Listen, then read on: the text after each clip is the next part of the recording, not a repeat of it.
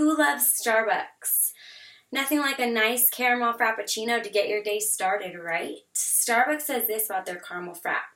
This delectable treat is hands down our most popular frappuccino blended beverage, and it's not hard to see why. The coffee is bold but easy drinking. The caramel lends a distinct buttery sweetness. The fluffy swirl of whipped cream adds just the right touch of decadence. That's tough to beat by any measure. What they don't want to tell you, though, is that the 24 ounces has 81 grams of sugar in it, and what that 81 grams of sugar will do to your body, and how it leads to addiction and a hard crash a short while after. Now, doesn't that sound appealing? It's so scary to see the amount of sugar adults are allowing not only themselves to ingest, but their poor children as well.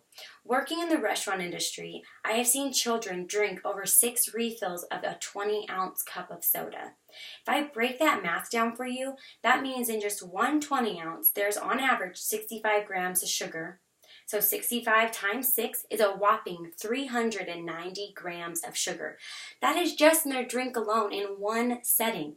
That blows my mind that people do not want to educate themselves more on the reality behind what they put in their bodies.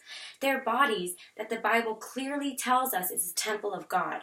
And I am not a judgmental person, and I am not casting judgment on anybody. But I just do not think that is fair to the children at all. The start they are getting in life because no one wants to educate them on the reality of the situation is truly sad. So I'm going to ask, what are you putting into your body? I'm going to take this one step further and ask, what are you putting into your children's body? I bet you could not even tell me how much sugar you and your family ingest on an average day.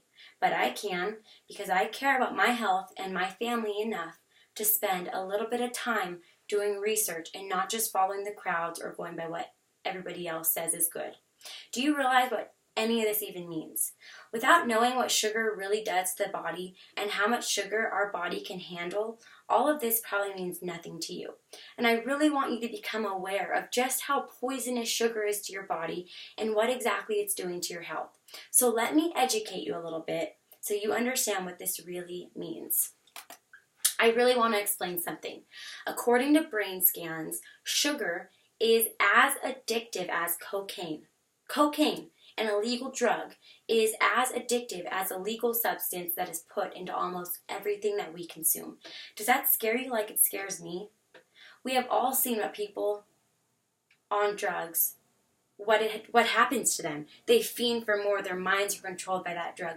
No one can talk any sense into them. They want what their minds have made them to believe that they need. Well, that is the exact same thing with sugar. Brain scans have confirmed it. Without sugar, we get irritable, shaky, mood swings, dizzy, constant thoughts about sugar, just as if we were coming down off an illegal substance such as cocaine or heroin.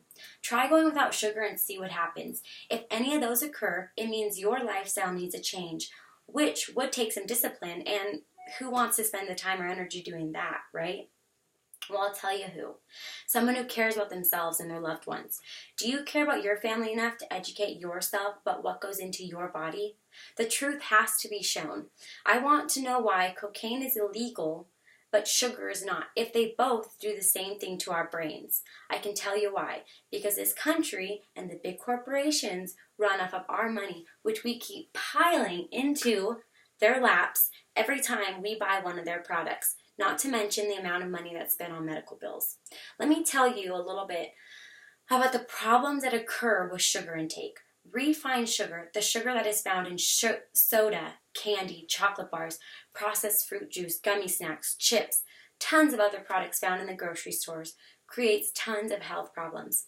The truth is that there are more than 70 health disorders that are connected to sugar consumption. Refined sugar has zero nutritional value. Zero. Zilch. Not a nothing. Absolutely no nutritional value, no minerals, zero fiber, zero enzymes, and zero anything healthy for you. But it tastes so good, right?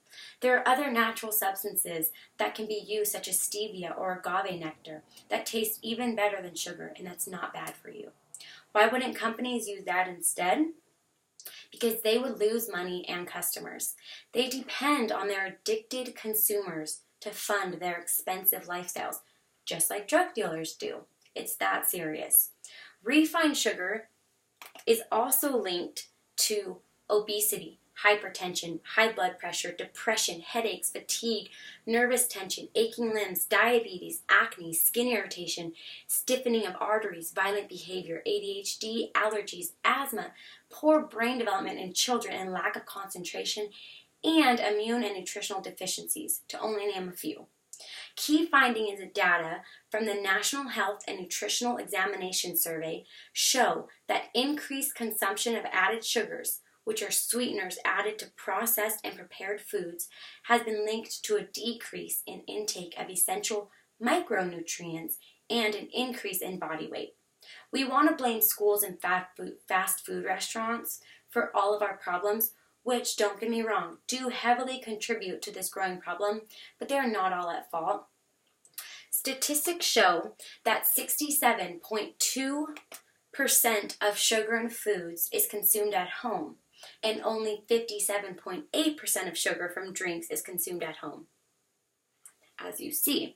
So more sugar from drinks is consumed outside the home in a place such as a restaurant or store.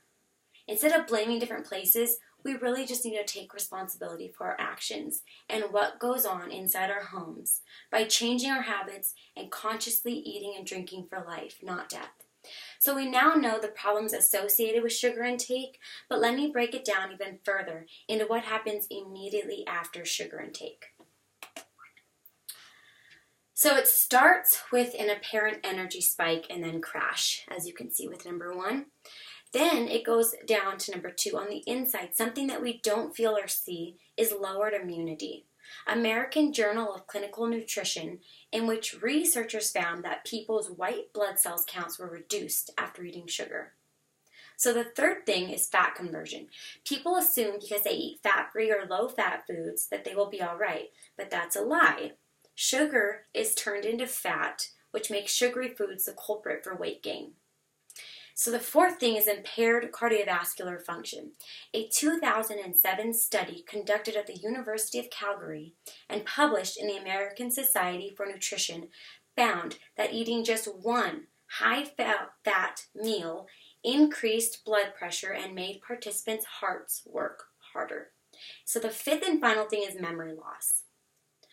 So with all that being said, I do want to point out though that there is good and bad sugar though. Not all sugar is bad. There are 2 different types of sugar. Naturally occurring sugars, such as the kind found in fruit, such as an apple, and nutrient-poor, highly sweetened food sugar, such as the donut. Women are only supposed to have 25 grams of sugar a day. For men, it's a bit higher, about 37 grams a day. So by drinking 1 can of soda, well over the daily recommended dose of sugar.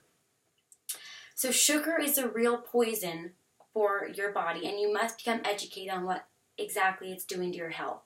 Sugar is as addictive as an illegal substance and just as harmful on your health and life. Sugar is linked to many diseases and immediate health complications, such as diabetes and sugar spikes in the blood.